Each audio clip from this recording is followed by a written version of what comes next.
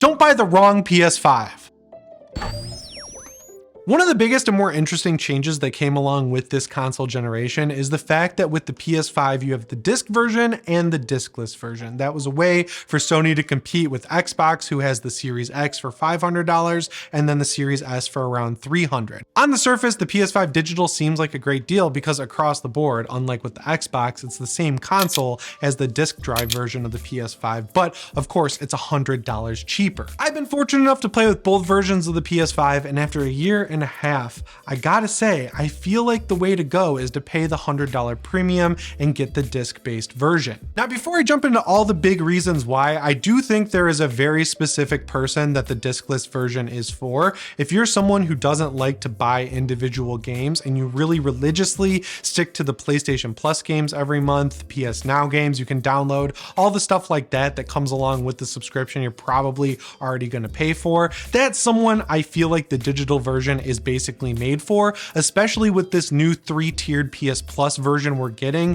that comes along with a huge library of games. You'll get 300 plus games on top of the PS Plus collection, on top of your regular PS Plus collection of games, on top of the PS Now collection of games. So yeah, you'll have plenty of stuff to play that you can just download directly to your system. But if you're someone who really likes to play the newest games and you were a physical gamer back in the PS4 generation, that's a main reason why I think you should really hold out and look for the disc-based model. Back in the PS4 generation, Sony's sales were god tier. They would do these sales pretty much every month, and if you had PlayStation Plus, you would get discounts on top of discounts, and that would drop newer games to below $20 just a few months after they came out. But with this new discless version of the PS5, those sales changed quite a bit in a bad way. Generally speaking, with the introduction of that discless model, the sales overall have gotten worse. They discount games less than they did last generation, and they don't have those same PS Plus extra discounts we were getting before. And when it comes to new games, even though physical games these days aren't really physical games, you get like most of the game on the disc, but then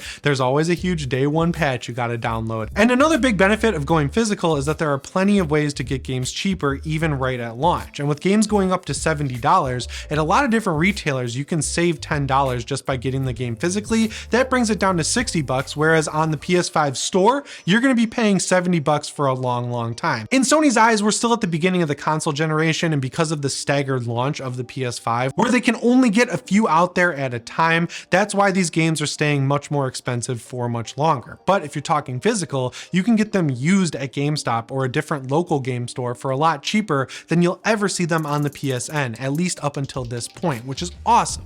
Another reason I really like having the disk drive on my PS5 is that it's basically become my main media device. I like streaming services as much as the next person, but I am also very sensitive to frame rate fluctuations, banding and color, all of the great things that come along with streaming replacing traditional media. I buy a lot of 4K Blu-rays, and even though a lot of streaming services out there say they're streaming in 4K, there's a lot of tricks they have to use to get it to look like a 4K resolution movie or TV show. If you're just using a 4K Blu-ray disc, you know that the picture quality is going to be great and it's going to look consistent, which is almost better to me than the higher resolution. I like the consistency. It's so annoying when I'm watching like Moon Knight or the Book of Boba Fett and it drops frames in the middle of an episode. Like, I've never seen before TV shows and movies dropping frames, but this generation, it has been so bad and I hate it. So in as many scenarios as I can, I pop out my 4K Blu-rays. Like I just did it for Thor Ragnarok when the new trailer came out for Love and Thunder. I put that 4K Blu-ray in my PS5 and I was good to go. Another big reason I would recommend going disc-based over digital is because it's already hard to find a PS5, but finding a disc-based one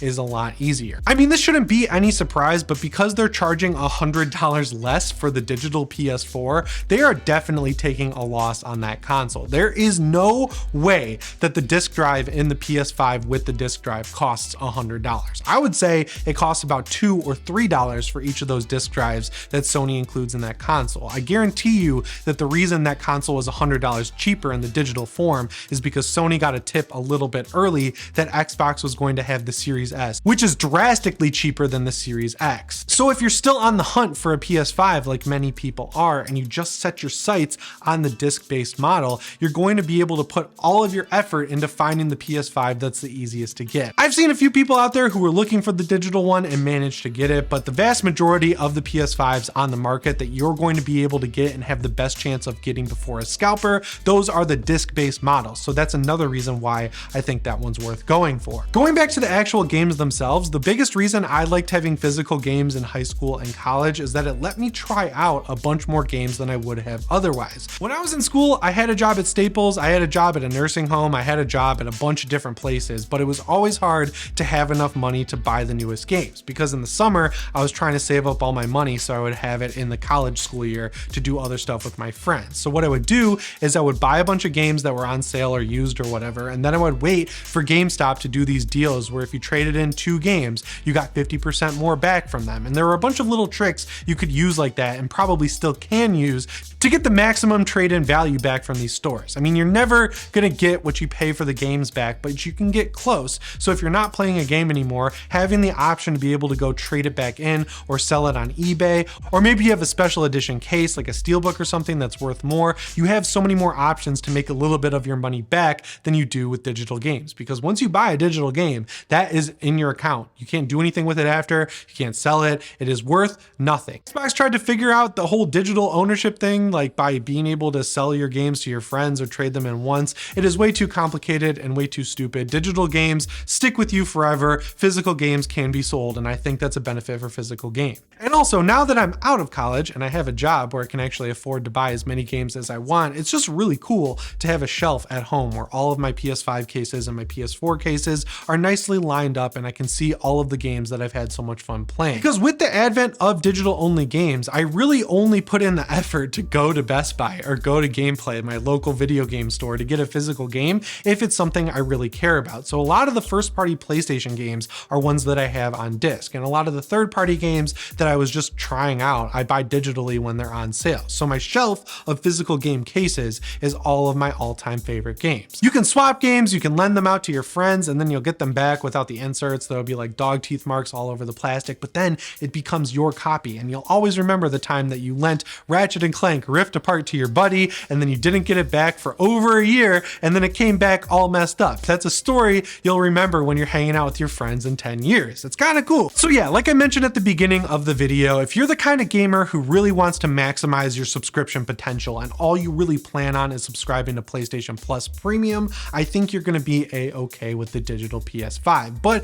if you're someone who really wants a PS5 and you wanna be able to trade your games, sell them back, have the physical games on your shelves, and really just enjoy having something in your hands that's on a disc, even though like 50% of the game isn't on the disc and you'll have to download a huge day one patch and it copies everything from the disc to your console. It's basically a license check, but it's still a physical game you can hold in your hands. You should definitely get the disc-based PS5. You're gonna pay $100 more, but you'll save money in the long run by being able to get cheaper games, which is the ultimate goal at the end of the day. The real game changer for me with watching movies on my PS5 though is actually the stupid $20 remote they made. You can use it to control your PS5. It also works with the new Hey PlayStation feature they added in the last software update. It's so worth the money because it saves battery on your DualSense. If you're using your PS5 for media, you use that remote. You don't even have to turn your DualSense on because it turns the PS5 on itself, logs you in, works like a regular controller, but then when you want to switch to gaming, you just switch back to your DualSense and you're good to go. So those are a bunch of reasons why I think you should go with the disc version PS5 over the digital, but I wanted to get someone else's opinion, so I brought my friend Ray from Xbox Ready here to the channel. Would you rather buy a disc edition PS5 or a digital edition PS5? Well, that is an interesting question because I have bought both. Not for myself. I bought a physical disc version of the PlayStation 5 for myself, and then I bought a digital version for my younger brother. To me, the move for wanting to buy a disc version was pretty much out of necessity, I would say. I was like, I bought it like almost a year ago, like last August. Okay. And I was doing the thing where I was like keeping track of the stock with these different Twitter accounts. And then I got an alert and it was like, PlayStation 5's available at Best Buy if you go now. And for anyone who's done this dance, the dance of like rushing to a website to fulfill an order before the PlayStation 5 sell out, you know that at least with Best Buy, I know it's different from retailer to retailer, but you have to kind of wait in this queue and then you get the okay to add it to your cart. So I had all these different pages open, like digital edition, bundle edition, physical edition, and I was in the queue for each one. And the first one that popped up, I was like, okay, I'm gonna add that to my cart. First one that popped up, physical edition disc drive, PlayStation 5. And to me, I was like kind of thankful for that, because I was like, you know, I grew up in a time where physical gaming, that was the only way. And I will say it does feel kind of weird, like, you know, it did seem like a foreign concept to me trying to buy just a digital edition console, but with this, it was kind of like an insurance policy. It was guaranteed almost that I could buy like cheap used games. That was my main concern, right? Like if I wanted... Are you still a used gamer? Every now and then. I personally am a used gamer. Yeah. I don't mind it. I haven't been to a GameStop in forever, but like if I went to a GameStop and I saw a game that I've been looking to try that was like dirt cheap used copy, I wanted the ability to play that, which obviously that's not an option that's available to you if you have the digital version. But that being said, it's like, in the almost year that I've owned the PlayStation 5, I've never found myself in that situation. So it is like kind of a nice like safety net, but in practice, it's like I never use it. It used to be, it's like I used to love stacking my games up and like showing them off. But like Skyrim, Deus Ex Human Revolution, Dark Souls, Dead Island, I want to say that might have been I might have had that one on 360, but I had a ton of games next to my TV, like Uncharted 2, Uncharted 3. I had like a disc carrier, like a CD carrier situation. I would bring it to my friend's house, open it up, and be like, "All right, what do we want to play? Twisted Metal. I got the new Final Fantasy X that just dropped, baby." I liked that feeling, and now I like it less and less. Like dealing with like the clutter of like physical games and stuff. My story with it was, I had a digital one pre-ordered, right? So it was $400. I had it on Amazon. Like every console, the second they go up the first time on Amazon, I literally just turn on notifications for Wario 64. The second that link comes out, I click it, I add it to the cart, I check out, and I got the pre-order. I did that with the Xbox. I did that with the PS5. Yeah. It was... That's all it took for me. And then my digital one the shipping got delayed, but my buddy, who will remain unnamed, had a lot of PS5s, and he was giving one to my other coworker at the time. So I was like, hey, can I just give you $100 for one of your disc models, and then when my digital one comes in, I'll just bring it to your house? And he was like, yeah. So I ended up with the disc one, and I am so glad that that was the way it shook out, because just seeing the way the sales have been on the digital store, I probably wouldn't have bought a lot of games. And I'm really curious what the actual library of digital games is going to be with PlayStation Plus Premium, because we're about a month away from that launching, and Sony has not announced what the 300 plus games you're getting with it are. And people, they don't have to, obviously, because people are already stacking up their memberships, which is crazy to me. But yeah, either way, the PS5 has been a largely great console, I think, from the start. So is the Xbox, if you're into that as well. Let me know which console you're going to get down in the comments below.